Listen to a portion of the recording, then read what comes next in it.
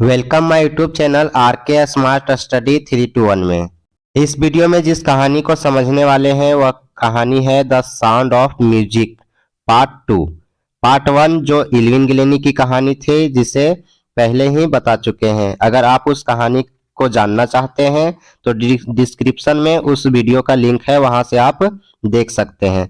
Part 2 में जिसकी कहानी है वो है बिस्मिल्लाह खां। पार्ट 2 का पूरा नाम है द शहनाई और बिस्मिल्लाह खां, मतलब बिस्मिल्लाह खान शहनाई के दुनिया में एक बहुत बड़े फेमस प्रसिद्ध व्यक्ति थे। पार्ट 1 में जिसके कहानी को जाने वो था इल्विन गिलेनी का, जो लंदन की रहने वाली थी, लेकिन बिस्मिल्लाह खान जो थे वो भारत के रहने वाले थे। ये एक मुस्लिम थे और इसे भारत रत्न भी प्राप्त हो चुका है। तो जानेंगे बिस्मिल्लाह खान की सफर के बारे में कि उनके जिंदगी में इतनी बड़ी प्रसिद्धि कैसे हासिल हुई है। इस चैप्टर को 2-3 पार्ट में जानेंगे, जिसमें पहले पार्ट में जानेंगे कि शहनाई का निर्माण कैसे हुआ, सेकेंड समझेंगे बिस्मिल्लाह खान का बचपन कैसा था, और थर्ड समझेंगे कि बिस्मिल्लाह खान शहनाई के दुनिया में इतनी बड़ी प्रसिद्धि कैसे प्राप्त कर चुके हैं। तो कहानी शुरू करते हैं। कहानी शुरू होता है इम्परेटर औरंगजेब से। औरंगजेब जो मुगल वंश का 7वां सबसे शक्तिशाली शासक था। मुगल वंश जिसकी स्थापना बाबर ने किया था। तो ये औरंगजेब क्या करता है, बैन कर देता है एक म्यूजिकल इंस्ट्रूमेंट होता है जिसका नाम होता है पुंगी। तो पुंगी को बजाने में बैन कर देता है, जिसका रीजन होता है कि इसका जो आवाज होता है बहुत ही श्रील और अनप्लीजेंट साउंड होता है। तो इम्परेटर औरंगजेब पुंगी को बैन करते हुए कहता है कि आज के बाद इसे कोई भी रॉयल रेसिडेंस में नहीं बजाएगा। जब औरंगजेब पुंगी बजाने पर बैन कर देता है तो एक बार्बर होता है जो म्यूजिक के फैमिली से आता है, मतलब उसका पूरा फैमिली ही म्यूजिक के क्षेत्र में काम करता था। तो वो डिसाइड करता है इम्प्रूव करने के लिए, सुधारने के लिए किसमें, पुंगी में, कि नहीं पुंगी को ऐसे जाने नहीं देंगे, हम इसके आवाज में सुधार करेंगे। इसके लिए वो एक पाइप चूज करता है जिसके ऊपर वो 7 होल्स करता है, 7 होल करता है और उसे बजाता है। अब बजाते समय क्या करता है, कुछ छेद को बंद करता है और कुछ छेद को खोलता है। तो बंद करके खोल के, बंद करके खोल के जब उसे बजाता है तो ये बहुत ही सॉफ्ट यानी मधुर मेलोडियस साउंड उससे प्रोड्यूस होता है। अब आगे समझेंगे। जो ये बार्बर ने एक पाइप से 7 छेद किया है जिससे सॉफ्ट और मेलोडियस साउंड उत्पन्न हो रहा है, तो क्या ये बादशाह स्वीकार करेगा या नहीं करते हैं, इसे आगे समझते हैं। जब इसे पहली बार बादशाह के सामने बजाया जाता है तो बादशाह कहते हैं कि इसका नाम पुंगी नहीं होना चाहिए, इसका कुछ और नाम होना चाहिए। तो ये पहली बार बादशाह के चैम्बर में बजाया गया था, शाह के चैम्बर में बजाया गया था, और इसे एक नाई अर्थात बार्बर, बार्बर का मतलब नाई को कहा जाता है, तो एक नाई ने बजाया था, इसीलिए इसका नाम शहनाई रखा गया। तो शहनाई का नाम कैसे पड़ा, क्योंकि ये पहली बार शाह के चैम्बर में बजाया गया था और इसे बजाने वाला एक नाई था, इसीलिए इसका नाम शहनाई रख दिया गया। अब शहनाई इतना प्रसिद्ध हुआ, इसकी आवाज इतने मधुर और मंगल माना गया, शुभ माना गया कि इसे मंदिरों में बजाया जाने लगा और दक्षिण भारत के शादी में बजाया जाने लगा। लेकिन ये केवल भारत तक ही सीमित था, दक्षिण भारत तक ही ये शहनाई सीमित था। इसे स्टेज के मंच तक या फिर विश्व के स्तर पर लाने वाला जो थे वो थे उस्ताद बिस्मिल्लाह खान। बिस्मिल्लाह खान का ही पूरा नाम था उस्ताद बिस्मिल्लाह खान, जो इसे स्टेज पर बजाए। तो कौन है बिस्मिल्लाह खान और ये शहनाई को इतने बड़े क्षेत्र में कैसे लाए, पहले उनके बचपन के बारे में समझ लेते हैं। उनके परिचय है कि बिस्मिल्लाह खान का जन्म 21 मार्च 1916 ईस्वी में डुमरांव बिहार के डुमरांव में हुआ था। बिहार में एक गांव है डुमरांव, वहां पे बिस्मिल्लाह खान का जन्म हुआ था। इसके ग्रैंडफादर मतलब दादाजी का नाम था रसूल बख्श खां। ये भी एक शहनाई वादक थे। इसे Nawaz of Bhojpur king court में इसको शहनाई बजाने के लिए बोला जाता था। इसके पिताजी का नाम पैगंबर बख्श था, जो एक ग्रेट शहनाई प्लेयर थे। मतलब इसके पूरे खानदान के ही लोग ही शहनाई के क्षेत्र में पहले से ही जुड़े हुए हैं। जब बिस्मिल्लाह खान का जन्म होता है और धीरे धीरे वो शहनाई सीखते हैं, तो शहनाई जो एक छोटे से क्षेत्र में दक्षिण भारत में बजाया जा रहा था, उसे विश्व लेवल तक बजाया जाता है। इसे हम धीरे धीरे समझेंगे। सब पहले समझते हैं कि बिस्मिल्लाह खान ने शहनाई बजाना कैसे सीखा। जब बिस्मिल्लाह खान 5 साल के थे तो वो गिल्ली डंडा खेला करते थे। कहाँ पे? एक तालाब के किनारे जो डुमरांव में था, बिहार में ही वो जो थे वो गाया करते थे भोजपुरी चैता। भोजपुरी चैता गाया करते थे। कहाँ पे? बिहार जी टेम्पल में। जब वो कितने साल के थे? 5 साल के। और जब वो 5 साल के थे तो गिल्ली डंडा खेला करते थे बिहार में डुमरांव के एक तालाब के किनारे, और वो गाया करते थे भोजपुरी चैता। कहाँ पर? बिहार जी के मंदिर में। और जब अंत में वो जब गा लिया करते थे, गाना समाप्त हो जाता था, तो उसे एक लड्डू मिलता था जिसका वेट होता था 1.25 केजी, यानी 1.25 केजी का एक लड्डू होता था, जो उसे प्राइज के तौर पर दिया जाता था, जो वहां के लोकल महाराजा होते थे। यही छोटा बच्चा एक दिन प्राप्त करता है सबसे प्रसिद्ध, सबसे उच्चतम अवार्ड, जिसका नाम था भारत रत्न। तो ये एक छोटा बच्चा जो डुमरांव के एक तालाब के किनारे गिल्ली डंडा खेला करता था, बिहार जी मंदिर में भोजपुरी चैता गाया करता था, यही छोटा बच्चा आगे जाकर भारत रत्न जैसे अवार्ड को प्राप्त करता है। तो आखिर कैसे प्राप्त करता है, ये इस अपने जीवन में कितना संघर्ष करता है या मेहनत करता है, ये समझते हैं। हमने जाना कि जब बिस्मिल्लाह खान का उम्र 5 साल था तो वो बिहार जी टेम्पल में भोजपुरी चैता गाया करते थे। तो वो इस तरह के गाने को कैसे सीखे हैं, तो जब उसकी उम्र 3 साल का था तो उसकी माँ उसे ले जाती थी अपने मैटरनल अंकल के पास, जिसका नाम था अली बख्श। उनके घर ले जाती थी जो बनारस में स्थित था। अली बख्श विष्णु टेम्पल में जो है इंस्ट्रूमेंट बजाया करते थे, शहनाई बजाया करते थे।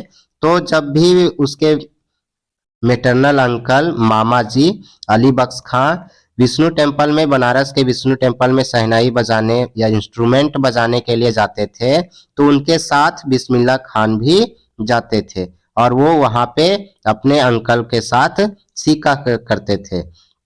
जो भी वे अपने मैटरनल अंकल के से सीखते थे या फिर वहां पे देखते थे, वो उसे प्रैक्टिस करते थे, अभ्यास करते थे कि कैसे बजाते थे उनके अंकल। उस तरह से ये रियाज किया करते थे। तो ये कहाँ कहाँ अपना प्रैक्टिस किया करते थे? सबसे पहला है टेम्पल ऑफ बालाजी जो बनारस में था, मंगला मैया टेम्पल में, और बैंक्स ऑफ द गंगा यानी गंगा नदी के किनारे। गंगा नदी से उनका कुछ खास अटैच था, खास लगाव था, क्योंकि जब वो शहनाई बजाने के लिए सीखा करते थे तो गंगा के किनारे एकांत में जाकर सीखा करते थे, और उन गंगा से बहती हुई नदियों की धार से जो ध्वनि उत्पन्न होती थी, उस ध्वनियों से वो एक नए नए तरह की राग को उत्पन्न करते थे और नए नया धुन बनाते थे, जिसके कारण उसे ज्यादा जल्दी प्रसिद्धि मिलती गई। अभी तक जो कहानी समझे हैं वो ये समझे बिस्मिल्लाह खान कैसे शहनाई बजाने के लिए सीखे। तो वो अली बख्श खां से जो उनके मैटरनल अंकल था उनसे सीखे। प्रत्येक दिन वो उनके प्रैक्टिस के दौरान वहां जाया करते थे और अकेले में भी प्रैक्टिस किया करते थे, जिससे वे शहनाई बजाना सीखे। अब यहाँ पे जानेंगे कि कैसे उनको एक एक स्टेप में कि उन्हें प्रसिद्धि मिलती गई। तो सबसे पहला प्रसिद्धि जो उन्होंने सबसे पहले ग्रुप में गाया वो था 14 साल की उम्र में, जब वे अपने अंकल के साथ इलाहाबाद म्यूजिक कॉन्फ्रेंस में गए थे। तो वहां पे जब ये शहनाई बजाए थे तो वहां पे उस्ताद फियाज खान थे जो एक शहनाई वादक थे। वो उनसे बोले थे कि work hard and you shell make it, मेहनत करो तुम इसे कर सकते हो। तो सबसे पहले जो वहां पे एक समूह में एक ग्रुप में शहनाई को बजाए वो था 14 साल का उम्र, जो बजाए थे इलाहाबाद म्यूजिक कॉन्फ्रेंस में, जहां पे उसकी मुलाकात फियाज खान से हुई थी। और ये किसके साथ गए थे? तो अपने मेटरनल अंकल अली बख्श के साथ गए हुए थे। अगला प्रसिद्धि जो बिस्मिल्लाह खान को प्राप्त हुआ वो ऑल इंडिया रेडियो ने दिया, जिसकी स्थापना लखनऊ में 1938 ईस्वी में हुआ था। जब इसकी स्थापना लखनऊ में हुआ, ऑल इंडिया रेडियो की स्थापना, ये भी क्वेश्चन इंपॉर्टेंट है, ऑल इंडिया रेडियो की स्थापना लखनऊ में कब हुआ था? तो 1938 में हुआ था। तो जब इसका उद्घाटन हो रहा था तो पहली बार जिसकी ध्वनि को लोगों ने सुना वह था बिस्मिल्लाह खान के शहनाई के आवाज को सुने थे। तो पहली बार जो लोगों के एक बड़े समूह ने बिस्मिल्लाह खान की शहनाई को सुना वो अवसर था ऑल इंडिया रेडियो, जो बिस्मिल्लाह खान को मिला।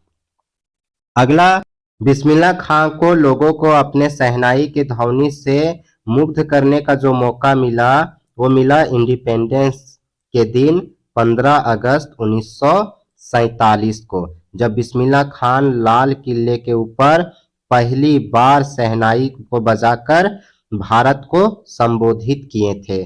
तो ये बिस्मिल्लाह खान ही पहले व्यक्ति थे जो 1947 में लाल किला के ऊपर अपने शहनाई को बजाए थे। इतना ही नहीं, बिस्मिल्लाह खान अपने जीवन में बहुत सारे परफॉर्मेंस दिए हैं जो इंडिया में भी है और विदेशों में भी है। इंडिया में वो सबसे पहले इलाहाबाद म्यूजिक कॉन्फ्रेंस में दिए, उसके बाद ऑल इंडिया रेडियो में दिए, उसके बाद 15 अगस्त 1947 को लाल किला के ऊपर दिए, जिस समय उनके साथ जवाहरलाल नेहरू भी उपस्थित थे। ये हुआ भारत में जो अपना वो परफॉर्मेंस दिए, लेकिन विदेश में भी जाकर अपना वो शहनाई को बजाएं, जिसका पहला विदेशी ट्रिप था अफगानिस्तान। अफगानिस्तान में जहां पे किंग जाहिर शाह ने उसे, जब वो शहनाई वहां पे अफगानिस्तान में किंग जाहिर शाह के सामने बजाए तो वो बहुत सारे गिफ्ट से सम्मानित किए। किसको? बिस्मिल्लाह खान को। बिस्मिल्लाह खान यहीं पर नहीं रुकते हैं, वो आगे भी कहां कहां शहनाई बजाए अपने जीवन में और प्रसिद्धि हासिल किए, ये आगे समझते हैं। अगला प्रसिद्धि बिस्मिल्लाह खान ने जो प्राप्त किया वो था फिल्मी दुनिया, यानी वो पहली बार विजय भट्ट का एक फिल्म था जिसका नाम था गूंज उठी शहनाई। तो विजय भट्ट ने बिस्मिल्लाह खान से अनुरोध किए कि आप गूंज उठी शहनाई में काम करें। तो वहां पे बिस्मिल्लाह खान काम करते हैं, अपने शहनाई को बजाते हैं और ये मूवी सुपर हिट होती है। उसके बाद ये विक्रम्स नाम का एक डायरेक्टर होता है जिसके फिल्म में काम करते हैं, जिसका फिल्म का नाम था सनाधि अपन्ना। इसमें भी काम करते हैं और ये भी मूवी सुपर हिट होती है। लेकिन उसके बाद बिस्मिल्लाह खान जो थे वो फिल्मों में काम करने से इनकार कर देते हैं, ये कह कर के कि फिल्मों में जिस तरह का हम शहनाई बजाते हैं उस तरह की ध्वनि नहीं होती है, उसमें चेंज कर दिया जाता है और हम नहीं चाहते हैं कि हमारी बजाई हुई धुन को या शहनाई की म्यूजिक को कोई चेंज करे। इसीलिए वो फिल्मों की दुनिया को छोड़ देते हैं, क्योंकि फिल्मों की दुनिया एक बनावटी दुनिया होती है जिसमें ओरिजिनल चीज नहीं दिखाई जाती। उसके बाद बिस्मिल्लाह खान एक पहले व्यक्ति बने जिसे अमेरिका के प्रीस्टिजियस लिंकन सेंटर हॉल में आमंत्रित किया जाता है।